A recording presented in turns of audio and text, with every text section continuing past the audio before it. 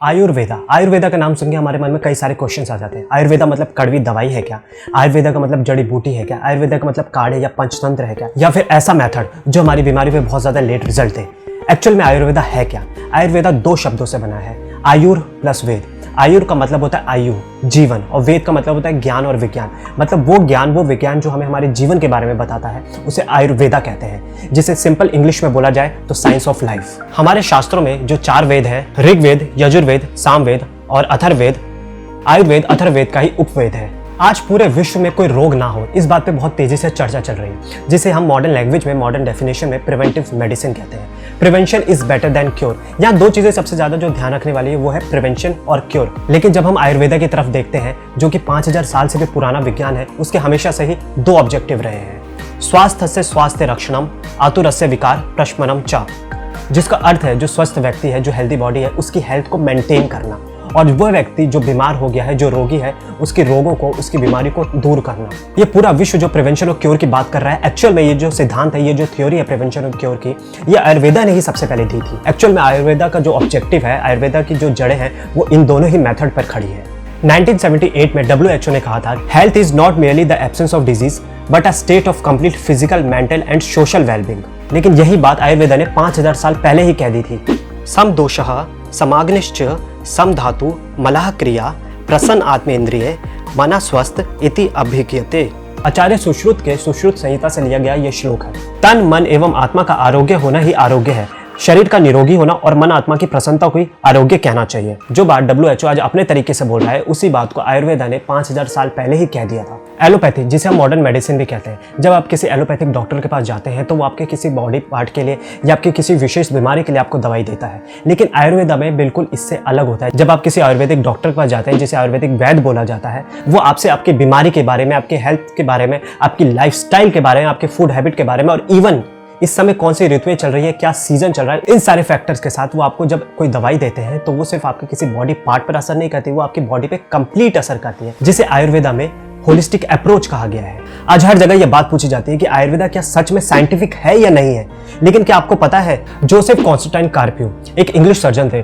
उन्होंने इंडिया में रह के 20 साल तक आयुर्वेदा के थ्रू प्लास्टिक सर्जरी के बारे में पढ़ाई करी, and in 1815 he was able to perform first major rhinoplastic surgery in the western world. लेकिन इन साइंटिफिक एग्जांपल्स के बारे में कोई बात ही नहीं करता। हम सब हमेशा से यही सोचते हैं कि आयुर्वेदा जो है वो एक सिर्फ जड़ी बूटी का शास्त्र है। लेकिन ये समझने की जरूरत है कि आयुर्वेदा सिर्फ एक जड़ी बूटी का शास्त्र नहीं है, लेकिन ये कुछ उसके बुनियादी शास्त्रों पे खड़ा एक लॉजिकल शास्त्र है। हमारे आयुर्वेदा में 3 ग्रंथ हैं, एक सुश्रुत संहिता, चरक संहिता और आचार्य वाग्भट जी का अष्टांग उदय।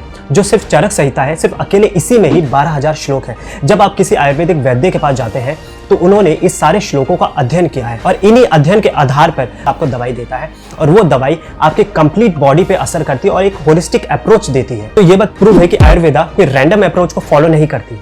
आज पूरा विश्व कोरोना की महामारी से जूझ रहा है, और जब ये बीमारी इंडिया पहुंची तो सबसे पहले कहा गया कि अगर आपको इस बीमारी से बचना है तो अपनी इम्यूनिटी को बूस्ट कीजिए और अपनी इम्यूनिटी को स्ट्रॉन्ग कीजिए। लेकिन जब ये सवाल उठा कि अपनी इम्यूनिटी को बूस्ट और स्ट्रॉन्ग कैसे किया जाए, तो इसका सिर्फ एक ही आंसर है कि आप काढ़ा पीजिए।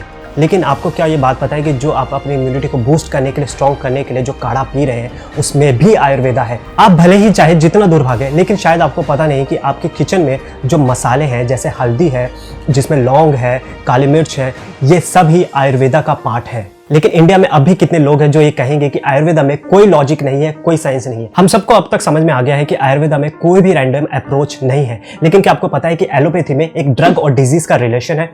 फॉर एग्जाम्पल, अगर किसी एक इंसान को कोई एक बीमारी हो गई है और वही बीमारी 10 और इंसानों में भी हो गई है, तो सभी को एक जैसी ही दवाइयां दी जाएगी। लेकिन आयुर्वेदा में अगर 10 लोगों को एक तरह की बीमारी हुई है तो उन 10 के 10 लोगों को एक तरह की दवाई नहीं दी जाएगी, उन 10 के 10 लोगों को अलग तरह की दवाइयां दी जाएगी। इसे आयुर्वेदा में कस्टमाइज्ड अप्रोच कहा जाता है। क्या आपको पता है कोविड के समय ब्लैक फंगस और म्यूकरमाइकोसिस की जो बीमारी चल रही है, उसको भी आयुर्वेदा के थ्रू काफी हद तक रोका जा सकता है। डॉक्टर नरेश पाल दिल्ली में पिछले 35 सालों से आयुर्वेदा प्रैक्टिशनर है। इन्होंने कोविड और नॉन कोविड दोनों ही पेशेंट को आयुर्वेदा की हेल्प से, अपनी आयुर्वेदा के एक्सपीरियंस के अकॉर्डिंग, कितने ही पेशेंट्स की आंखों को आयुर्वेदा के थ्रू ठीक किया है। पिछले 30 सालों से हमने वेस्ट दिल्ली की बहुत सारी कॉलोनीज में, बहुत सारे विलेजेस में आई चेकअप कैंप हमने किए, और उन कैंप्स में हमने आयुर्वेदिक मेडिसिन के द्वारा आंखों की बहुत सारी प्रॉब्लम्स को हमने ठीक किया। आयुर्वेदिक प्रैक्टिशनर की एक्चुअल प्रॉब्लम ही है लैक ऑफ एजुकेशन प्रोटोकॉल। जहाँ तक मैं समझता हूँ, जहाँ तक मेरा विचार है, इसमें आप एक प्राचीन चिकित्सा प्रणाली का मेंटेनेंस एक ऐसी गवर्निंग बॉडी को दे रहे हैं जो मॉडर्न एजुकेशन सिस्टम को फॉलो करती है। तो ऐसे में वो प्राचीन सिस्टम को कैसे मेंटेन कर पाएगी, ये मेरा सवाल है। तो पूरी पावर एमसीआई को ना दे करके एक अलग गवर्निंग बॉडी बनानी चाहिए जो कि आयुर्वेद से पढ़ाए और आयुर्वेद का प्रचार प्रसार करे, ऐसा मेरा विचार है।